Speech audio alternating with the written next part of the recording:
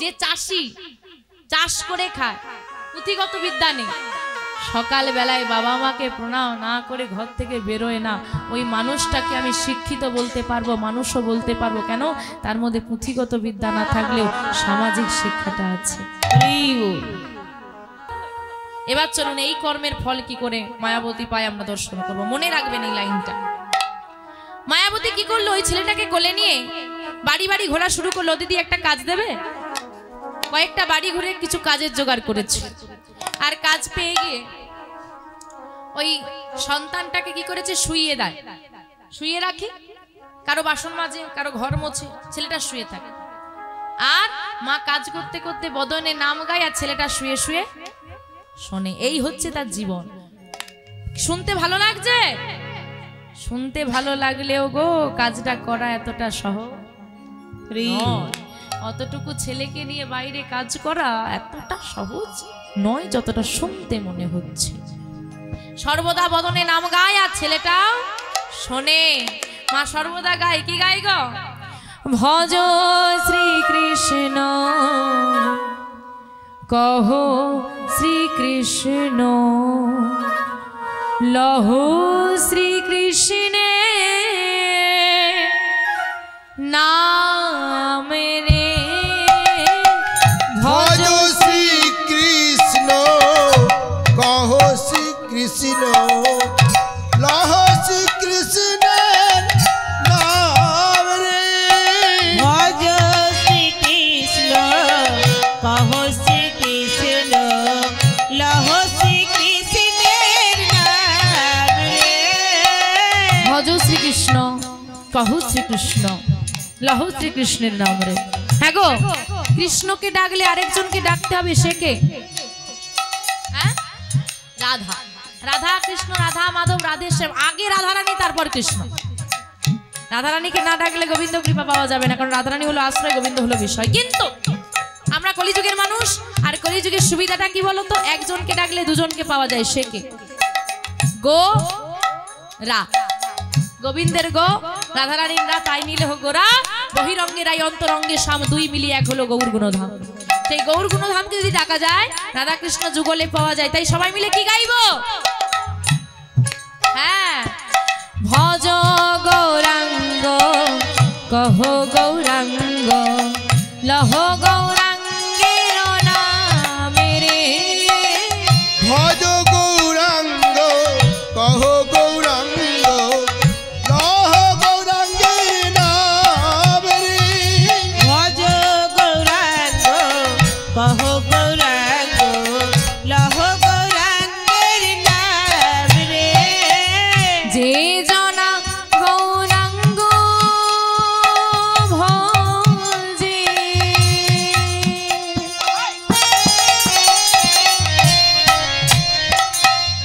সে হয় আমার প্রাণ রে। যে জন গো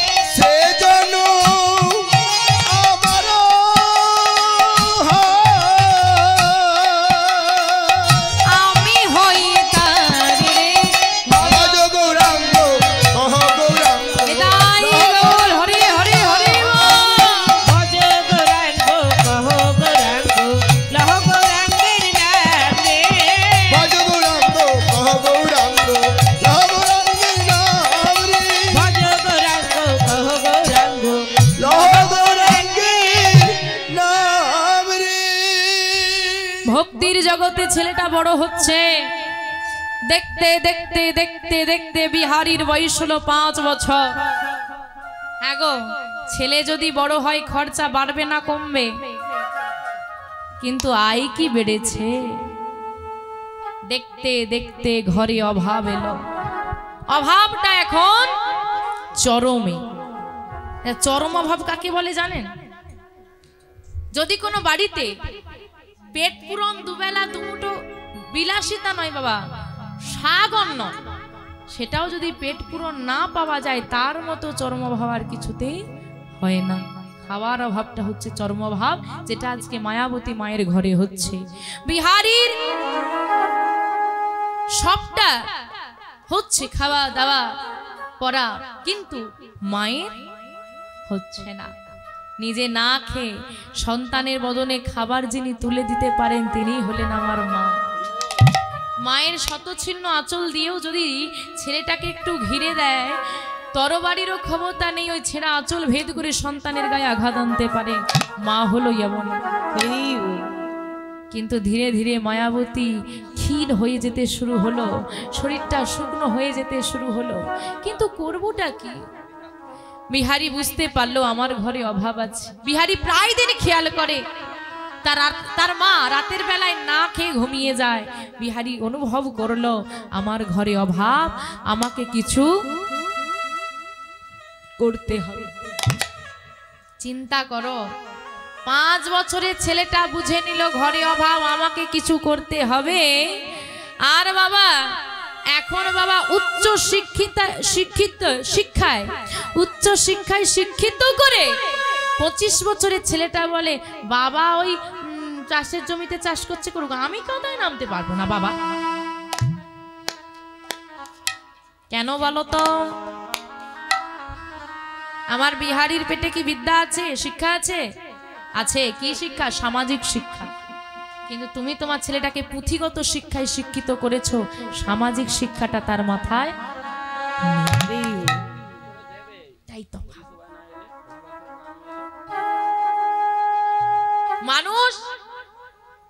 মানুষ মাত্রেই শিক্ষিত কিন্তু মানুষ নয়। বোঝা গেল? বোঝা যায়নি? মানুষ মাত্রেই শিক্ষিত কিন্তু মানুষ নয়। মানে যার ঘরে 20টা সার্টিফিকেট পাওয়া যাবে, পুঁথিগত বিদ্যায় শিক্ষিত, ভালো চাকরি পেয়েছে, তাকে আমি শিক্ষিত বলতে পারবো। কিন্তু তার বাবা মা যদি বৃদ্ধাশ্রমে থাকে, তাকে আমি জানোয়ার বলতে পারি, কারণ তার মধ্যে পুঁথিগত বিদ্যা থাকলেও সামাজিক শিক্ষা নেই। কিন্তু যে চাষি চাষ করে খায়, পুঁথিগত বিদ্যা নেই, সকাল বেলায় বাবা মাকে প্রণাম না করে ঘর থেকে বেরোয় না, ওই মানুষটাকে আমি শিক্ষিত বলতে পারবো, মানুষও বলতে পারবো। কেন? তার মধ্যে পুঁথিগত বিদ্যা না থাকলেও সামাজিক শিক্ষাটা আছে। হরিবল হরিবল। রাস্তা দিয়ে তুমি যাচ্ছ, হ্যাঁ, তুমি কতটা, তোমার মধ্যে তুমি কতগুলো ডিগ্রি নিয়েছো, কেউ দেখবে না যে ওই শিক্ষিত মানুষটা যাচ্ছে, কেউ বলবে না একজন পড়ে গেছে, হঠাৎ করে একজন পড়ে গেছে, তোমার মান সম্মান আছে, আমি কি তুলবো? হ্যাঁ, আমি এত শিক্ষিত মানুষ, আমি কি ওর গায়ে হাত দেবো? এই দেখা নোংরা জামা কাপড় পরে আছে, পাশ কাটিয়ে চলে যাবে, কেউ তোমার দিকে দেখবে না। হ্যাঁ, একটা চাষি বা যে বাড়ি বাড়ি জন খেটে খায়, সে ছুটে এসে তুলে ধরছে, দাদা লাগেনি তো, ওই মানুষটাকে দেখে বলবে বাহ, মানুষটা খুব ভালো। এই জায়গায় এসে ও মা, ওই ছেলেটা বুঝে গেল আমাকে কিছু করতে হবে, কিন্তু কি করব? বিহারী ওই মায়ের মতো একটা বড় বাড়ির সামনে গিয়ে ডাক দিচ্ছে। হ্যাঁ, একটা বড় বাড়ি, সেই বাড়িটার সামনে ডাক দিচ্ছে, বাবু বাবু গো, বাড়িতে কেউ আছো বাবু? বাবু বাবু বাবু গো, কেউ কি বাড়িতে আছো? কে? ও বাবু, বাবু একটু বেরিয়ে আসবে। ও বাবু। বেরিয়ে এলো ভদ্রলোক। কে তুই? আমার নাম আমার নাম বিহারী লাল। কি চাই তোর? ও বাবু, তোমার ঘরে আমায় একটা কাজ দেবে? ও বাবু, দাও না দাও না, তোমার ঘরে একটা কাজ দাও না। হ্যাঁ গো, 5 বছরের ছেলে যদি তোমাকে এসে বলে তোমার ঘরে একটা কাজ দাও, তুমি দেবে? হ্যাঁ কি না? দেবে না? এই ছেলে, আমার সঙ্গে তুই মজা করছিস? গ্রামের বড় বড় মানুষ আমার সামনে দাঁড়িয়ে কথা বলতে ভয় পায়, আর এতটুকু ছেলে তোর এত সাহস, তুই আমার সঙ্গে মস্করা করতে এসেছিস? ও বাবু, বিশ্বাস করো, আমি তোমার সঙ্গে মজা করছি না। ও বাবু, আমি তোমার সঙ্গে মজা করছি না, সত্যি বলছি। দাও না একটা কাজ, দাও না, আমি তোমার কাছে চিরকৃতজ্ঞ হয়ে থাকবো। দাও না একটা কাজ। এই, আবার মজা করে? যা, বেরিয়ে যা বলছি এখান থেকে। ছেলেটাকে যখন তাড়িয়ে দিচ্ছে, ছেলেটা বাবু দুটো চরণ জড়িয়ে ধরে বলে, বাবু যাবো না, আমি যাবো না। তুমি তাড়িয়ে দিলে আমি যাবো না, আমাকে একটা কাজ দিতেই হবে। ছাড় ছাড় বলছি আমার পা দুটো। না, ততক্ষণ না তুমি কাজ দেবে আমি তোমার পা দুটো ছাড়বো না। এইদিকে বাবু বলছে ছাড়, আর ছেলেটা বলছে ছাড়বো না। কি হবে মা? চিৎকার চেঁচামেচি হচ্ছে। ঘর থেকে একটা মিষ্টি গলা ভেসে আসছে। কি হয়েছে গো? কিছু না তো, চিৎকার। আরে দেখো না, কে কাদের ছেলে এসে পা দুটো ধরে বলছে কাজ চাই। কই দেখি দেখি দেখি। বাবু স্ত্রী বেরিয়ে এসেছে। বাহ, ভারী মিষ্টি দেখতে তো ছেলেটাকে। এই খোকা শোন, এই ছেড়ে দে, ছেড়ে দে, পা দুটো ছেড়ে দে, আমার কাছে। বাহ, কি মিষ্টি দেখতে দেখো ছেলেটাকে।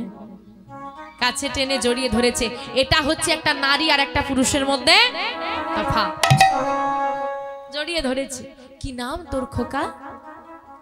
আমার নাম বিহারী লাল গো, বিহারী লাল। বাহ, সুন্দর নাম তো। এখানে কেন এসেছিস? কি চাই তো? ও মা, মা গো, তোমার ঘরে আমায় একটা কাজ দেবে? দাও না মা। মা হাসছে আর বলছে, ও বুঝেছি, হ্যাঁ, বাড়িতে মা নিশ্চয়ই বকা দিয়েছে আর অভিমান করে ঘর ছেড়ে ছেলে বেরিয়ে এসেছে, এবার কাজ খুঁজছে। না মা না, আমার মা যে আমাকে বকা দেয় না। তবে কাজ কেন খুঁজছো? দেখো বাবা, কাজ সবাইকেই করতে হয়। নির্দিষ্ট বয়স অনুপাতে নির্দিষ্ট কাজ বরাদ্দ সবার জন্যই আছে। বিহারীর যে বয়স, এই বয়সে বিহারীর কাজ কি? কি কাজ? ও মা, বিহারীর কাজ কি? পড়াশুনো করা, খেলাধুলো করা। তা তুমি পাঠশালায় যাবে, পড়াশুনো করবে, খেলাধুলো করবে, তা তুমি পাঠশালায় যাও না? না। ও বুঝেছি, পাঠশালায় যাও না, এই জন্যই হয়তো মা বকা দিয়েছে। না মা না, আমার মা আমাকে বকা দেয়। তবে তুমি পাঠশালায় যাও না কেন? ভাগো, পাঠশালায় যাব, কি করে যাব বলো? যে মানুষটা হাতে ধরে পাঠশালায় নিয়ে যায়, আমার জীবনে তো সেই মানুষটাই নেই। মা, আমার বাবা নেই গো। মা গো, আমার বাবা নেই। ওগো মা,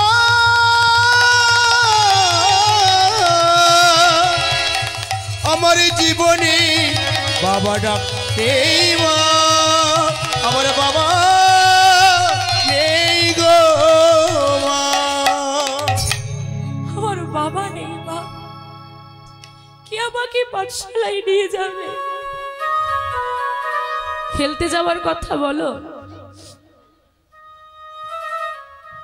আমি খেলতে যাই। রাধে রাধে। ও মা, বলছি আমি খেলতে যাই। জানো মা, খেলতে খেলতে যদি কোনোদিন আমরা ভুলে যাই, আমাদেরকে বাড়ি ফিরতে হবে, সন্ধ্যা হয়ে যাচ্ছে, ভুলে যাই তো।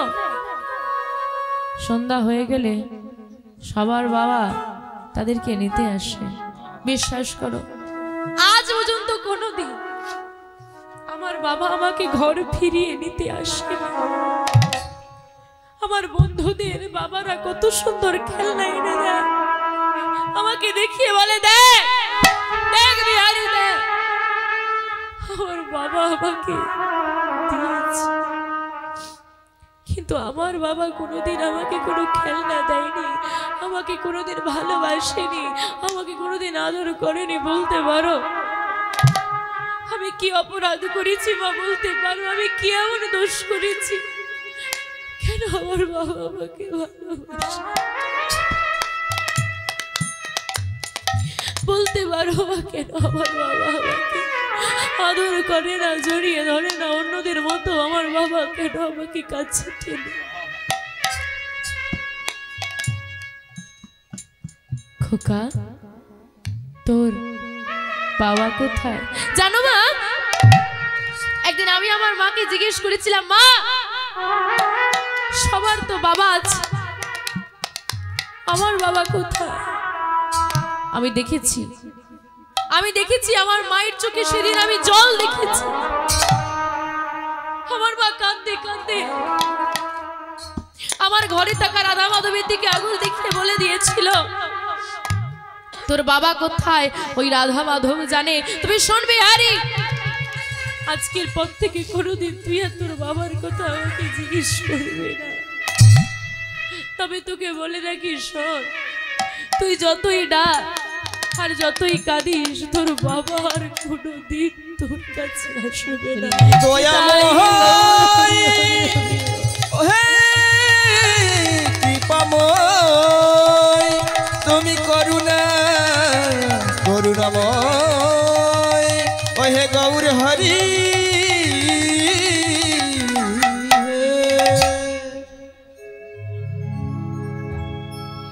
বাবা হারা ছেলেটা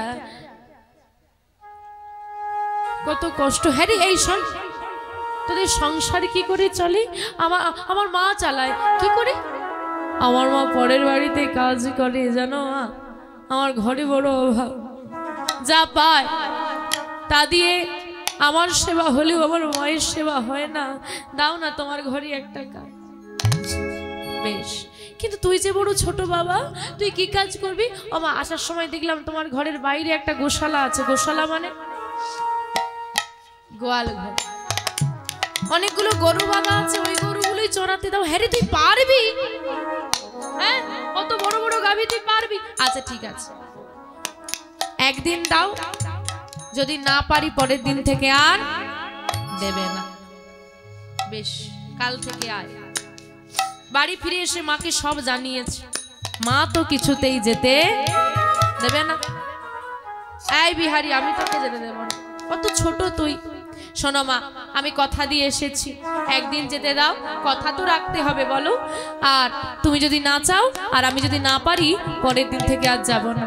বেশ, পরের দিন সকালবেলায় উঠে ছোট্ট বিহারি মায়ের চরণে প্রণাম করে বলছে, মা বিদায় দাও, মা বিদায় দাও। শোন বাবা, যাচ্ছিস যা, তবে সর্বদা যেন মুখে দয়াময়ের নাম থাকে। ওই দয়াময়ী হলো এমন বন্ধু যে নিঃস্বার্থে সাহায্য করে, স্থান কাল পাত্র কিচ্ছু বিচার না করে।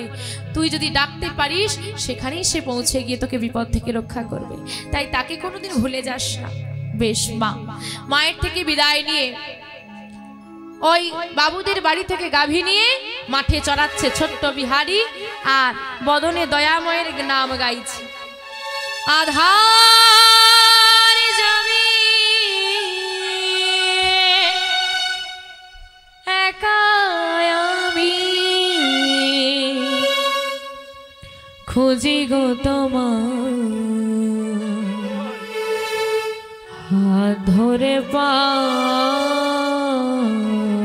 করে নিও গোয়া দয়া, হাত ধরে পার করে নিও গোয়া। আধার যাবি একা আমি কুচি গো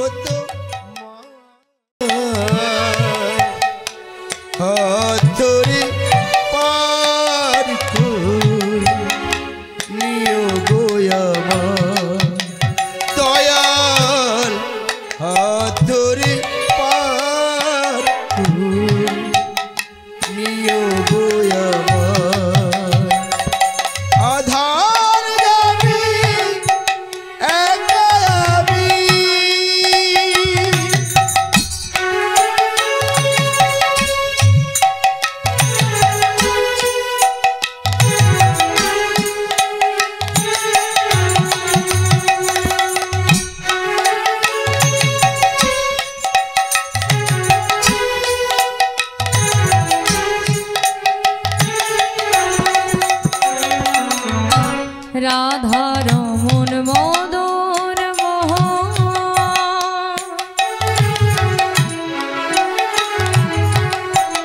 ও গৌগিরি ধারে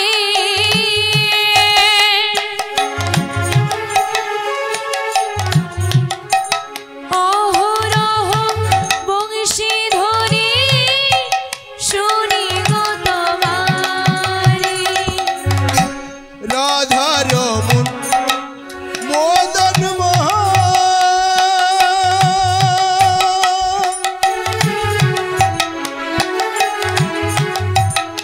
ও কোকিরি ধারি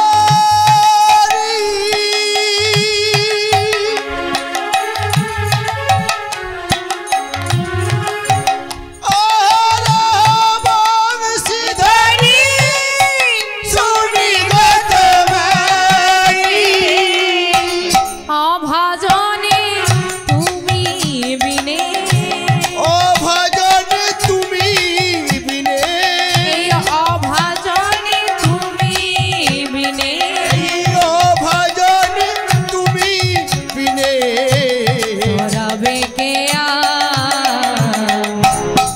আদরে পারি করে দয়াল আদরে পারি করে নিও গো আমায় আধার যাবি একা আমি খুঁজি গো তোমার হাত ধরে পার করে নিও গো আমার দয়া তাই গৌরী সুন্দর হরি হরি হরি দয়াল হাত ধরে পার করে নিও গো আমার বাবা প্রতিদিন এরকম ভাবে গাভী চড়াতে যায়, কাজ তো ভালোই হয়েছে। তাই মা চিন্তা করলো, দেখো ছেলের সঙ্গ যদি মা দিতে না পারে, সঙ্গ দোষে স্বভাব নষ্ট। এখন আমি কাজে চলে যাই, ছেলেটা যদি কোনো খারাপ সঙ্গে পড়ে যায়, এতদিনের শিক্ষা সব ঘেঁটে ঘ হয়ে যাবে। তাই চিন্তা করলো, ছেলেটা যদি এটা কাজের মধ্যে থাকে তাহলে এটা হওয়ার সম্ভাবনা কম। আর এদিকে বাবুদের মাও বিহারীকে খুব ভালোবাসে, তাই বিহারীর একটা পাকাপোক্ত কাজ হয়ে গেল, রোজ গরু চড়াতে। এইবার বাবা বেশ কিছুদিন ভালোই কাটলো। আজকেও প্রতিদিনের মতো গাভী চড়াতে এসেছে। আর আজকে গাভী চড়াতে এসে একটা গন্ডগোল হয়ে গেল। কি গন্ডগোল? আজকে প্রচন্ড রোদ। এখন বিহারী চিন্তা করলো, গরু চড়বে, আমি পেছন পেছন ঘুরে কি করি? তা আমি না হয় একটু গাছের তলায় বসে, এমনিতেই রোদ। গাছের তলায় বসে পড়েছে। আর মা বদনে নাম গাইতে বলেছে, ওই গাছে ঠেক দিয়ে বসে বসে গুনগুন করে নাম গাইছে, আর এদিকে সুন্দর বাতাস দিচ্ছে। এবার কি হবে? জোরে বলো। তোমাদের কি ঘুম পাচ্ছে? কার কার ঘুম পাচ্ছে একটু হাত তুলো দেখি। ও পাচ্ছে না?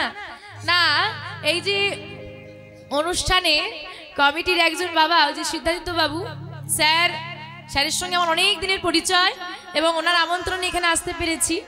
তো স্যারকে আমি জানিয়ে দেব, পরের বছর এখানে আসার সৌভাগ্য হয় বা না হয়, এই প্যান্ডেলে একটা গন্ডগোল আছে, এই গন্ডগোলটা যেন ওকে ঠিক করে।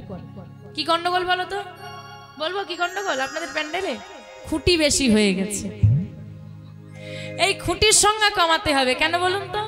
খুঁটি যেখানে, খুঁটির গোড়ায় গোড়ায় গন্ডগোল। যদি ঠেক পাওয়া যায়, বাঙালি তো খেতে দিলে। একটা ঘটনা বলি শোনে। এক জায়গায় এরকম কীর্তন চলছে, এখন তো স্টেজের ব্যবস্থা বহু লোকের বলে, তখন নিচে হতো। তো একজন অল্প বয়সী ছেলে তার ঠাম্মাকে নিয়ে এসেছে, ভীষণ বয়স হয়ে গেছে, সামনে একটা খুঁটির গোড়ায় বসিয়ে দিয়েছে। এখন ঠাকুমা বসা থেকে চোখটা বন্ধ। কীর্তনিয়া আসলে উঠেই চিন্তা করছে আজকে কীর্তনটা খুব ভালো হবে। কেন না, একটা ভাব ভক্তিময় ভক্ত পাওয়া গেছে। তো কীর্তন শুরু হলো। আহা, বুড়িমার কি ভাব দেখেছো? চোখ বন্ধ করে শুনছে, একদম মন দিয়ে অনুভব করছে। কীর্তন চলছে, বুড়িমা চোখ খোলে, মানে এত ভাবের ভারে আর চোখ খুলতে পারছেন। এখন তাকে দেখে কীর্তনে তো কীর্তন করেই যাচ্ছে। সময় পেরিয়ে যায়, বুড়িমার ভাব শেষ হয় না, আমার তো কীর্তন শেষ হয়ে গেল। যাই হোক সময়ের মধ্যে তো বাঁধতে হবে। তো শেষ মোটামুটি হয়েছে। ও মা, বুড়িমা যে তখনও চোখ খোলে না।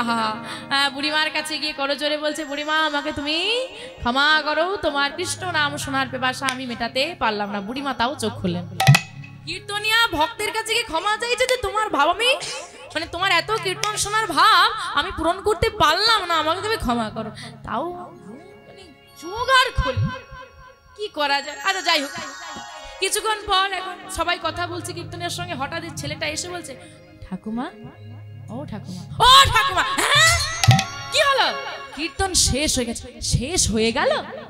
এত তাড়াতাড়ি শেষ হয়ে গেল? চ তখন দেখে কীর্তনিয়া বলে, সর্বনাশ, এতক্ষণ যার কাজ যেটাকে ভাবছিলাম সেটা আসলে বুড়ির লাভ হচ্ছে। এই যে বাবু শোনো, ডেকেছে। ছেলেটা এসে বলছে, কি হয়েছে বাবু বলুন। বলছে, আমার একটা কথা বলুন, যে কিছু মনে না করো না, বলো বলুন না। বলছে, কে হয় এটা? বলছে, আমার ঠাম্মা হয়। বলছে, শোনো আমার ঠাকুমা অসুস্থ। কেন, আপনি কি করে বুঝলেন? বলে, দেখো আমি মানলাম তোমার ঠাম্মা কীর্তন শুনতে ভালোবাসে, যেখানে কীর্তন হয় সেখানেই নিয়ে যাও, কিন্তু এমনটা তো একদমই উচিত নয় যে অসুস্থ মানুষকে নিয়ে এসো। আমার বিশ্রামের প্রয়োজন আছে, বাড়িতে একটু রেস্ট দাও, এরকম হরিবাসরে নিয়ে এসো না, একটু ঘুম টুম দাও যেন সুস্থ হয়ে যায় মানুষটা, হরিনাম তো পরেও শোনা যাবে নাকি। বলে, বাবু এটা আপনি বুঝবেন না। কেন? বলে, না না এটা আপনি বুঝবেন না। বলে, কেন বুঝবো না?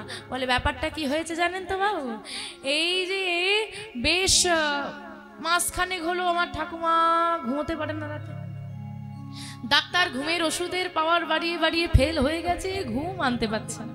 কিন্তু ছোটবেলায় আমি যখন ছোট ছিলাম, ঠাকুমা আমাকে নিয়ে কীর্তন শুনতে আসতো, দেখতাম বসার থেকে সে সকালবেলা কীর্তন হোক, সন্ধ্যে হোক, রাতে হোক, বসলেই ঘুমাবে। তা ভাবলাম এত টাকা ওষুধে খরচা করে কি হবে, যেখানে হরিবাসন হবে সেখানে গিয়ে বসিয়ে দিলেই ঘুমটা হয়ে যাবে। তাই গৌর হরি হরি হরি। তো এইরকমও কিছু মানুষ আসে। ও মা, বাড়িতে কটা পর্যন্ত সিরিয়াল চলে সত্যি বলবে? 10টা 11টা, আরো বাড়বে বাড়বে, বাড়াও বাড়াও। কি গো শুনছো? কি হয়েছেটা কি? আরে সারাদিন খাটাখাটনি করে এসেছি, আর ভালো লাগছে না, একটু সাউন্ডটা কমা না। তাও দেখি আমি যেন ঘরে কাজ করি না, হ্যাঁ একটু সিরিয়াল দেবো, উনি বাবু ওনার ঘুম এসে গেল। ভূত ব্যাপার। এইবার বলছে, অফিস থেকে ফিরে বলছে, বেশ ঠান্ডা পড়েছে, এক কাপ চা দাও তো। দাঁড়াও, বিজ্ঞাপন দিক যাচ্ছি, তাড়াহুড়ো একদম করবে না। চা কি জীবনে খাওনি নাকি? কি হয় না বাড়িতে? হ্যাঁ তো বাবা, সিরিয়াল যদি 11টা অবধি হয়, চোখগুলো এরকম করে করে দেখবে, আর 7টার সময় কীর্তন শুনতে বসে।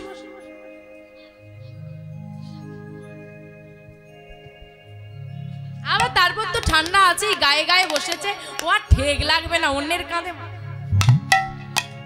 আচ্ছা হাসির কথা মনে হলো তো, একটা কথাও চিন্তা করো, বাড়িতে নরম বিছানা, গরম ঘর, ঘুম ধরতে চায় না, কত চিন্তা ভাবনা। শুইলেই বাবাদের কত চিন্তা এসে যায়। ভাবো লাউড স্পিকারে মাইক চলছে, শক্ত আসনে বসে আছো, গরম জায়গা নয়, হ্যাঁ ঠান্ডার মধ্যে বসে আছো, তাও ঘুম এসে যাচ্ছে, এত চিৎকার চেঁচামেচি তাও ঘুম এসে যাচ্ছে। ভাবা লাগে কত শান্তির জায়গা। গোবিন্দ যেখানে বিরাজ করে না, এইরকমই হয়। তা বিহারি কি করলো গো? হ্যাঁ ঘুমিয়ে গেছে। এখন মাঝে মাঝে হরিধ্বনি দিচ্ছি, মায়েরা হাত তুলছেন, এবার যে ঘুমোচ্ছে হাত তুলতে গিয়ে ঘুম ভেঙে গেলে মনে মনে আমাকে গালাগালি দিচ্ছে। না জানি কতজনের গালাগালি নিয়ে যাচ্ছি আমি সঙ্গে করে। যা ভালোবাসা নাই পাই, মনে মনে গালবন্ধটাই যা দেবে তাই হবে। কিন্তু বিহারিকে তো বাহু তোলানোর কেউ নেই, নেই তো। কি ঘুম দিচ্ছে ছেলেটা। ঘুম যখন কে ভাঙলো, দুপুর গড়িয়ে বিকেল হয়ে গেছে, আমাকে তো ফিরতে হবে, কি করি কি করি। এইবার গাভীগুলোকে সব খুঁজছে আর এক জায়গায় করছে, ততক্ষণকে একটা বাছুরি হারিয়ে গেছে। বাছুরি হারিয়ে গেছে আর তো কাজে রাখবে না। যে গাভীগুলো ছিল এক জায়গায় বেঁধে দিয়ে বাছুরি খোঁজা শুরু করেছে, খুঁজতে খুঁজতে খুঁজতে খুঁজতে অন্ধকার নেমে গেল, সন্ধ্যা হয়ে গেল। সন্ধ্যার বেলায় বাছুরি পাওয়া গেল। বাছুরি যেই না পেয়ে গেছে, মা বাছুরিকে নিয়ে এবার বিহারি ঘরের দিকে ফিরছে। দেখো বাছুরি হারিয়ে গেল, কম বড় বিপদ এটা, বড় বিপদ। তারপরেও কিন্তু সে ভগবানকে দোষারোপ করেনি। কেন? ভগবান যা করে এটা বিশ্বাস করো। এটা যদি বিশ্বাস রাখতে পারো না, জীবন খুব সহজ হয়ে যাবে। যা হচ্ছে ভালোর জন্য হচ্ছে, যা হয়েছে তা ভালোই হয়েছে, যা হচ্ছে তা ভালোই হচ্ছে, যা হবে তা ভালোই হবে, তাই তো? আজকে আমার জামাটা ছিঁড়ে গেছে বা পুড়ে গেছে, আমি কাঁদছি, মনে রাখবে ধ্বংস না হলে সৃষ্টি হয় না, ধ্বংসেরও পৃথিবীতে ধ্বংসেরও প্রয়োজন আছে। তো বাবা এইবার ওই বাছুরি নিয়ে ফিরে আসছে বিহারী। এই যে বাছুরি হারিয়ে গেল, পাওয়াও গেল, মাঝের মধ্যে কি হয়ে গেল, সময়টা একটু বেশি চলে গেল, এটাই হয়ে গেল বিহারীর জীবনের মহাযোগ। এইবার সন্ধ্যের বেলা যে পথ ধরে বিহারী ফিরছে, এইবার সেই পথের ধারে এমন সুন্দর মহতী, আজকে হরিবা আসর, সেখানে ভাগবতী আসর চলছে, পাঠক ঠাকুর পাঠ করছে, ভক্তরা সবাই মিলে হরিনাম গাইছে। হ্যাঁ গো, এই যে এত সুন্দর হরিবা আসর হচ্ছে, যদি কেউ রাস্তা দিয়ে যায় তার মনটা একবার হলেও জাগবে, দেখি এত মানুষ বসেছে, একবার দেখে যায়, কি মন জাগে না, যে যাই একটু দেখে যাই। এরকম অনেক মানুষ আছেন এখানেও, যে ভাবছিলেন যে যাই একটু দেখে যাই, এই দেখে যাই এসে আটকে গেছে, তাই তো? এরকম অনেক মানুষ আছে। তো বিহারীরও চিন্তা ভাবনা যে যাই কি হচ্ছে একটু দাঁড়িয়ে দেখি। এইবার বিহারী দাঁড়িয়ে পড়েছে, এদিকে যার ঘরের গরু সে বলে গরুগুলো গেল কোথায়, আর যার ঘরের ছেলে সে বলে আমার ছেলে গেল কোথায়। তাদের চিন্তা তারা করছে, আর ছেলের দিকে দাঁড়িয়ে ওই ভাগবতী আসরে সবাই মিলে নাম গাইছে, আর বিহারী দাঁড়িয়ে দাঁড়িয়ে দেখছে প্রেমানন্দে মেতে হরি বল, হরি নামের বন্যা জেগে এলো, প্রেমানন্দে মেতে হরি বল, হরি নামের বন্যা যে এলো, প্রেমানন্দে মেতে হরি বল, হরি নামের বন্যা যে এলো, প্রেমানন্দে মেতে হরি বল, হরি নামের বন্যা যে এলো, বন্যারে যাই বলি হারি, ও তার তরঙ্গ ভারী, বন্যা যাই বলি হারি,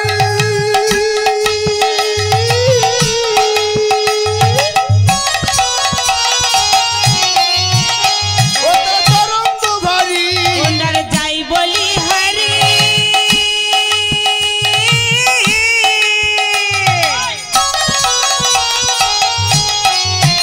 ও তার তরঙ্গ ভরি, প্রেমে তরঙ্গে খেলছে সাঁতারে গোলক বিহারী, দেখো প্রেম তরঙ্গে খেলছে সাঁতার গোলক বিহারী, আবার প্রেম তরঙ্গে খেলছে সাঁতার গোলক বিহারি, দেখো প্রেম তরঙ্গে খেলছে সাঁতার গোলক বিহারী, বন্যারে যাই বলি হারি, ও তার তরঙ্গ ভারী। আমা বন্যা দেখেছো? বাহ, আচ্ছা কারা কারা দীঘায় ঘুরতে গেছে একটু হাত তোলো দেখি। হ্যাঁ, আমাদের এখানে দীঘার ভোটার প্রচুর আছে।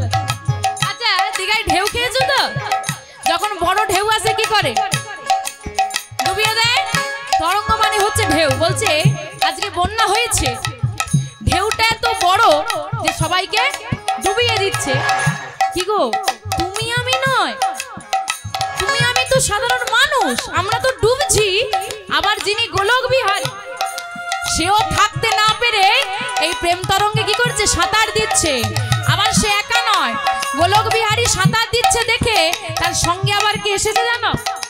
ও তার সঙ্গে, ও তার সঙ্গে, ও তার সঙ্গে প্রভু নিত্যানন্দ পাথারে সাঁতার দিল। ও তার সঙ্গে, ও তার সঙ্গে, ও তার সঙ্গে প্রভু নিত্যানন্দ সাঁতার দিল, সঙ্গে প্রভু নিত্যানন্দ পাথারে সাঁতার দিল, সঙ্গে প্রভু নিত্যানন্দ পাথরে সাঁতার দিল, হরি নামের বন্যা যে এলো, প্রেমানন্দে হরি হরি বন্যা যে এলো, প্রেমানন্দে মেতে হরি বল, হরি নামের বন্যা যে এলো, এমন বন্যা দেখি নাই ওসব শুকনাতে তলায়, এমন বন্যা দেখি না,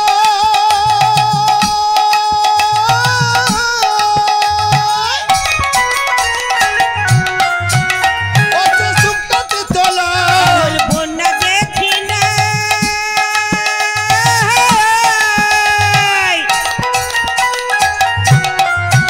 মানুষ শুকনাতে তলায়,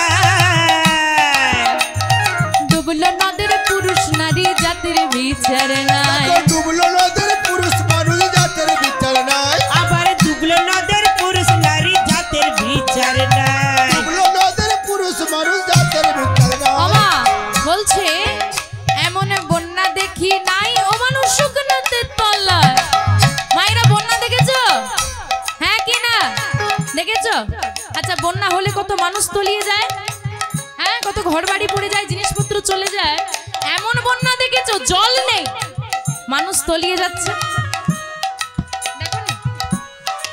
আমার জল নেই, মানুষ তলিয়ে যাচ্ছে, দেখেছো হ্যাঁ কি না? দেখোনি? এই তো আজকে এখানে বন্যা হচ্ছে, হরিনামের বন্যায় জল আছে, এত মানুষ তলিয়ে যাচ্ছে। হ্যাঁ, আবার বলছে ডুবলো নদের পুরুষ নারী। আজকে এখানে বাবারা এত কষ্ট করে হরিবাসরের আয়োজন করেছে। আচ্ছা, গেটে কি লেখা আছে? ওই দরজায় যেখানে ঢুকলেন মেন গেট, ওখানে লেখা আছে মহিলারা প্রবেশ করবেন, পুরুষ প্রবেশ নিষেধ। সে কি গো, আবার লেখা আছে পুরুষ প্রবেশ করবে, মহিলা প্রবেশ নিষেধ, লেখা আছে? লেখেনি? হরিবল হরিবল, তার মানে কি হরি নামের বন্যায় নারী পুরুষ কোনো বিভেদ নাই। ডুবলো নদের পুরুষ নারী। আর কি, আর কি বললাম? কিসের বিচার নাই? যাতে তুমি মুসলিম তুমি হরি বলতে পারবে না, তুমি খ্রিস্টান তুমি হরি নাম গাইতে পারবে না, এমন কোনো নিয়ম নেই, কোনো নিয়ম নেই। তার প্রমাণ চলে যান মায়াপুরে, দেখবেন কত অস্ট্রেলিয়া, ফ্রান্স, আমেরিকা থেকে মানুষ এসেছে। তারা খ্রিস্টান ধর্মী মানুষ, তারা সবাই হ্যাঁ সেবা করেছে, গলায় তুলসীর মালা নিয়ে হরিনামে নৃত্য করছে। জাতের বিচার নেই। আমার গৌর হরি যদি জাতের বিচার করত, চাঁদ কাজী উদ্ধার হতো না। হরিনামে জাতের বিচার নেই। তার প্রমাণ ঠাকুর হরিদাস, ঠাকুর হরিদাস, ঠাকুর হরিদাস কাজীর ছেলে, সেও বুঝি ডুবে গেল। হরিদাস, দেখো হরিদাস কাজীর ছেলে, সে বুঝি ডুবে গেল। হরিদাস কাজীর ছেলে, সে বুঝি ডুবে গেল। হরিদাস, ঠাকুর হরিদাস কাজীর ছেলে, সে তো ডুবে গেল। হরিনামের বন্যা এলো, প্রেমানন্দে মেতে হরি বলো, হরিনামের বন্যা এলো। প্রেমানন্দে মেতে হরি বলো, হরিনামের বন্যা এলো। আচ্ছা, আজকে এখানে হরিনামের বন্যা হয়েছে তো? হয়েছে তো? সব মানুষ একত্রিত হয়েছি। আচ্ছা, বন্যা যখন হয়ে গেছে, এই বন্যার জলে কি কেউ নামবে? এমনিতেই ঠান্ডা, জলে নামতে বললে সব ছুটে পালিয়ে যাবে। কিন্তু এটুকুর গ্যারেন্টি দিতে পারি, এই জলে নামলে ঠান্ডা লাগবে না, গা গরম হয়ে যাবে। তা নামবে কি? হরিনামের বন্যার জলে নামবে? দেখি কারা কারা জলে নামবে, দেখি হাত তোলো দেখি। ওদিকের হাত কোথায় গেল? তোলো তোলো, নাহলে ঘুমিয়ে পড়বে। তোলো এদিকে। একবার হরি বল বলে তোমরা নামো সেই জলে। হরি বল বলে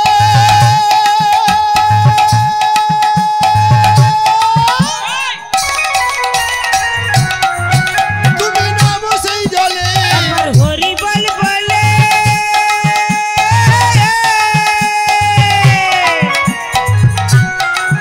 তুমি নামো সেই জলে। ডুবলো যে জন পেল রতন সন্তোষ তাই বলে। ডুবলো যেজন পেল রতন সন্তোষ তাই বলে। ডুবলো যেজন পেল রতন সন্তোষ তাই বলে। ডুবলো যেজন পেল রতন সন্তোষ তাই বলে। হরি বল মা বলছে একবার হরি বল বলে তুমি নামো সেই জলে।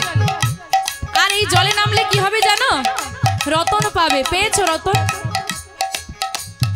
বলছে এই রতনটা এমন, বাবার হাতে যদি একটা হীরের আংটি থাকে, বাবার হাতে, বাবা চলে যাওয়ার পরে আংটি নিয়েই দ্বন্দ্ব লাগে।